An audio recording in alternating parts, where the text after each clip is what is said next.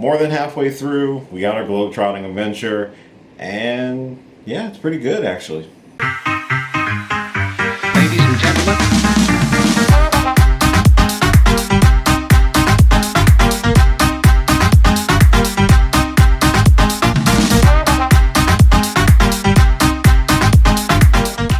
Hey, what's going on, everybody? It's your boy Will, and we are back again, another Marvel Wednesday, to discuss the episode 4 of Ms. Marvel. This is, of course, a spoiler review, so if you haven't watched the episode yet, make sure that you pause the video, or just give it a like, or, share the video first, and then go watch it, and then come back and listen to my spoilery thoughts, and just my overall enjoyment of the 4th episode of Ms. Marvel. That is our first globe-trotting adventure, and it actually was a nice break from how the series has been, because we've been very confined to New Jersey, to Kamala's hometown. So it's nice to kind of see them go someplace completely different and to explore a lot more of her heritage and get to meet some of her extended family. And I really, really, really love this family. I think this family is great, and it's such a joy to watch. And even though the family's got issues themselves, it's hopeful to see them working through those issues and trying to find themselves in a better place than when we first were introduced to them in episode 1. So make sure you check out the episode first and then come back and hear my thoughts about it. And if you are new to the channel, hi, my name's Will again, and I do geeky shit on the internet. I talk about movies and television shows. I do reviews, reactions, discussion, gaming, drinking, but I usually wrap it all around geekiness, because geekiness is for everyone. And geekiness can bring a little bit of light and hope into the world when the world is very dark right now. So if that happens to be your bag, why not subscribe to this channel? I'm trying to get to 500 subscribers this year. I'm so close, but yet so far away. I know it's a lot, it might be a lot to ask, but if you do enjoy this, maybe subscribe to this channel. I'd love to get to know you. Feel free to comment in the comment section down below and all that fun stuff. And with all that out of the way, let's talk about Ms. Marvel. In this episode, we do see Kamala and her mother, Muniba, travel to Pakistan, to Karachi, in order to visit their grandmother, or her mom, Kamala's grandmother. You get the paternal line of how people are made. I was very curious before the start of this episode, because I did see some still images from the episode that Kamala was in Karachi and exploring the city and running into a masked boy wearing a red scarf around his face, acting like a ninja, or is a ninja, however you want to call it. And I was like, shouldn't she be grounded or something like that after the events of the last 3 episodes? Technically, she's grounded. Her mother confirms that on the plane, with the awkward person in between the two of them. But being that her mother is getting older, Muniba wanted to go visit her mother in Karachi and took Kamala along with her to kind of have a mother-daughter excursion, leaving the boys at home after Kamala ruined her brother's wedding. Sorry, Amir. It's a really cool way of meeting more of the Khan family and meeting, her grandmother, Sana, who was introduced earlier on through just awkward video calls, but we get to see her, and the love she has for her granddaughter is immense and great. And it's nice for Kamala to have an opportunity to learn about her extra-dimensional heritage from her grandmother. Now, there is clear tension between Muniba and Sana in this episode, and we do understand why later in the episode, why Muniba left to go to America, where the tension with her and her mother came from. And it's typical family issues, and which is very relatable for anybody. We also do get introduced to Kamala's cousins. I forgot their names. I'm going to be honest with you, there's a lot of names, but the cousins are kind of okay. A little bit of dicks to Kamala, but there is that whole cultural difference, because Kamala grew up in America and the cousins kind of make fun of her a little bit about it. And considering how our country has been acting, I do not blame them one bit, because, oh boy, I'm going to try not to talk about it as much because it's just going to make me sad. We do get some time for Kamala to, explore the city and get to know a little bit more about her heritage, about her culture, about people, and get some more information from her grandmother about why she sent her the bangle, what's the purpose of it, and a little bit more about her history and why the bangle is so important to her family and to the clandestine. Why are they wanted so much? Why are they out to basically force Kamala to use it to send them home? And it's a lot more dangerous than you actually might think, or you probably thought of it already, because let's be real, this is a Marvel show and we know what happens. Kamala still can't get a hold of Nakia because Nakia is still mad at her from the events of episode 3.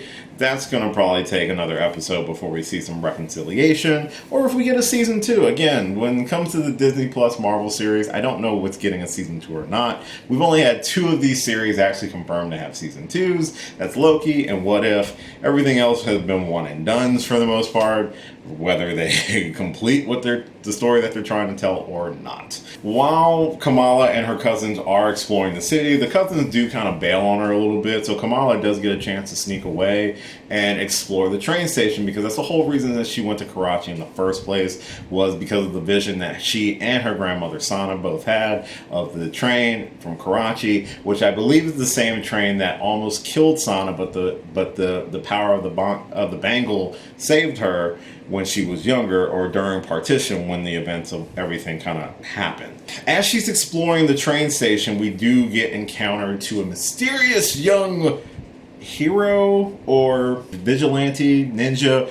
It's a dude wearing a red scarf with throwing knives, and he's trying to attack Kamala because he knows that she is of Noor descent. He senses the Noor in her body, the energy, the light that is her powers, and it's a really cool little scuffle. We get to see Kamala actually learn to use her powers a lot better. She's not necessarily as wobbly with the constructs. She's able to do more unique moves, which is promising, which is really good. And we actually get to see her display that even further in a secondary fight that happens towards the end of the episode with the clandestine. But we'll get to how the clandestine get to Karachi in just a minute. There is a truce called between the two, and this individual takes Kamala to the Den of the Red Daggers. He is a member of the Red Daggers, which is an organization that is meant to protect the world from things that the world can't see. That's their words, not mine.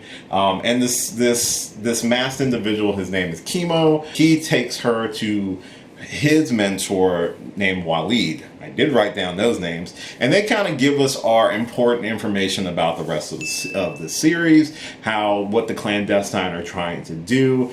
You see, the Noor dimension is one of many dimensions that are alongside our primary Earth dimension. Najma, the clandestine, Aisha, they're all originally from the Noor dimension, and what Najma is trying to do is to get her and her associates back to the Noor dimension, but she fails to tell Kamala, before trying to kill her, that basically the dimension is protected by a veil of Noor energy. So if the veil is broken, our dimension will be destroyed. Hence the big bada boom that Bruno mentioned in episode 3. Another nice thing by Kamala's interaction with the Red Daggers is that they also kind of explain more about why her powers act the way they do. With Najma and the other clandestine, we never see them actually use powers similar to Kamala's, even though they are full beings from the Noor dimension, while Kamala is a being from our dimension with Noor energy in her, technically, kind of, something like that. So basically, because she's from our dimension, that's why she's able to utilize the Noor energy differently than the clandestine can. That hence explaining why she's able to create shield and footing and platforms and larger fists and manipulate her appendages in various ways and form protective force armor around her. So it does provide a little bit more context to how her powers work and the reasons why they work.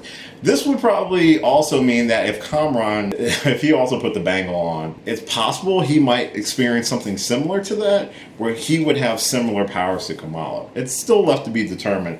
We do also see Kamala taking the bangle off a few times during the episode, so it's not something that's permanently attached to her.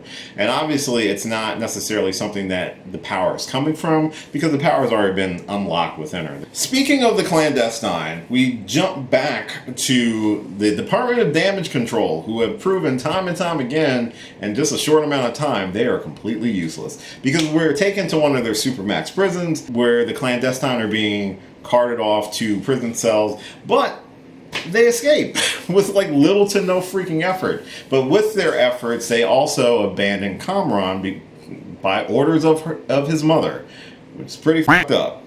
Really fucked up, Najma. We don't know if he got like locked back up because everybody was just not there. So I'm pretty sure he escaped as well, just obviously not with the other clandestine, because he does not agree with their methods, obviously. We do cut back to a very interesting discussion / argument between Muneeba and Sana, who have some shit to work out. Muneeba explains to her mother why she left was because she couldn't deal with her mother's wild theories and mental headspace being all about these crazy things, probably talking about their heritage, about the Nord Dimension, which gives a lot of context to why Muneeba is so much against Kamala being so head in the clouds and daydreaming, because her mother did the same thing. Now, her mother was probably just trying to pass on knowledge to her daughter, but her daughter didn't believe her, and her daughter just wanted a mom. She just wanted someone to be there for her. It also makes a lot more sense why I felt like throughout the series, Kamala has been able to do a lot of stuff with not a huge amount of consequences. She's had consequences, obviously, and those consequences are a lot more dangerous than just sneaking out to AvengerCon. But, you know, she's been grounded now, but like when she snuck out, when she did a bunch of other stuff, she wasn't really grounded before that. And I think because Muneeba doesn't want the relationship that she has with her mother to be similar to her relationship with Kamala. And we kind of see that when Kamala comes back after hanging out with Chemo, because Chemo invites her to hang out with some friends. Granted, the grandmother kind of told that she's hanging out with cousins to give Kamala a little bit more freedom, you know, even though she's grounded.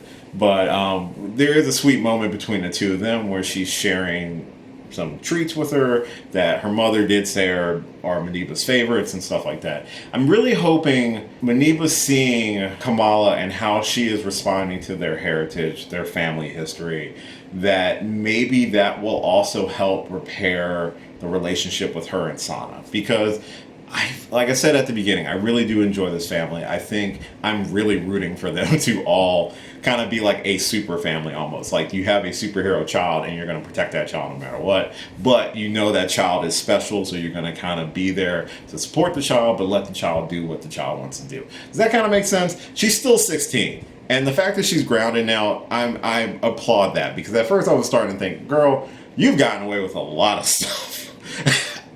I know a lot of kids who would not have gotten away with a lot of that stuff, but I digress. I'm hoping that we see, especially with how the ending of the episode works, we see a lot more understanding about the struggles that this family went through, and how knowing more about where they really came from might give a lot more credence to the past transgressions and allow everyone to move forward and to rebuild relationships that have obviously been strained. Muneeba loves her mother regardless. Like, she's there to help clean and to help massage her mother's feet, you know, her legs because they hurt. You know, she cares about her mother deeply. She just has this strained understanding about each other. And a lot of this episode really focused on identity. You know, with Kamala concerned about the Jinn part of her, and her grandmother really kind of explaining that that's not the part of you that you need to be concerned about. The power, like trying to help her understand what's happening to her, like what does it all mean. It's understanding who she is, and at the same token, like even Sana admits that because of the challenges and the hardships of the partition, which the partition was when India was controlled by the British, and then there was like the revolution and everything like that, whole nine yards. I'm not a history buff. I probably won't talk about it. You can do a lot of research about it because that is a real thing that did happen. But even her grandmother does talk about trying to find her own identity between all of that, and even still at such an older age, you know, always trying to figure out who she is and where she belongs. And that's kind of the theme of the entire series in my head, is about identity and where do we belong. You know, do we belong in our communities? Like, how do we fit in with our families? How do we fit in with our heritage? You know, that whole nine yards. And I think that sort of identity will help Muneeba find her identity being the mom of a superhero, basically. Or, you know, even understanding her past better to repair that relationship while also not making the same mistakes with her own daughter. And it's a very generational thing. It's not trauma per se, but there is some generational trauma in it. But we're not talking like Encanto generational trauma. It's not as bad as that. When Kamala is still kind of hanging out with the Red Dragons and they're kind of explaining a little bit more about her powers and helping her kind of control them a little better, the clandestine showed up and they somehow figured out where the Red Dragons were and started attacking. And we do get a pretty awesome like street chase between Kima, Wale, and Kamala. Sorry, Waleed, not Wale. Being chased through the streets by the clandestine. It's a pretty fun chase, and I'm actually surprised they did it really well on the budget that they have. And the subsequent fight that ensues after Waleed is killed by Najma is really cool. And we see a couple of clandestine get taken out too, like Kimo, who's clearly his master just died. Of course, he's going for blood. I mean, they started it. It gets to the point when Najma attacks Kamala, hitting the Bongle with her weapon, causing, which could be assumed as time travel, but I think it's more so like a vision, like a legit vision where Kamala is thrust back into the past at the point during partition when people are fleeing India to Pakistan on the trains, which is the whole point, is trying to figure out the vision with the trains. This vision turned into a legit experience for Kamala, and that's where the episode ends. Where I'm assuming next week we're going to get like the full backstory of what happened during partition, what happened to Aisha, what happened to Sana, and how that sort of history has affected the rest of the Khan family, and what Kamala is going to have to do to stop the clandestine from trying to rip down the veil, causing the destruction of our world, basically. So that's where the episode ends. And this episode really kind of thrusts the story into high gear. We know who's the goodies and the baddies. We got more of the family drama and strife, but hopefully leading towards reconciliation. I'm assuming, because if my theory is still valid, that Muneeba will find out about Kamala's powers, most likely while they're still in India, which would probably facilitate the creation of the suit, because again, that suit looks very homemade. And we do see that Kamala's gifted some material which, according to Waleed, is very important to use with Noor energy. So I'm assuming the suit might be made out of that material. So that'll be interesting to see. I really did like this episode a lot. Episode 3 was a lot of fun with the wedding and things like that. And I was curious how they were going to transition from that sort of tone into this sort of overseas adventure that we see. And I really like that it's just Kamala and her mom that went. It's kind of it's a really nice way to sort of to help the women in this family sort of bond better after so much tension in those first few episodes. Because even with all the tension, even with all the concern that Muneeba has for Kamala, she still loves her daughter. And we see that even with all the tension and stress she has with her mother, Sana, she still loves her mother. She is such a strong woman in this series, and such a linchpin to the success of who Kamala is becoming. I'm hoping that if and when she finds out, it is one of those sort of like, it makes total sense. I'm scared for you, but that, you know, I feel like she would support her regardless. I don't think she's going to just lock and key her. And quote me on this, because if next week she locks and keys her, then I don't know what I'm talking about. I really liked this episode. I liked a lot of the action in this episode. The series has been very light on action. And that's fine. I'm not looking for a heavy action-packed Miss Marvel series.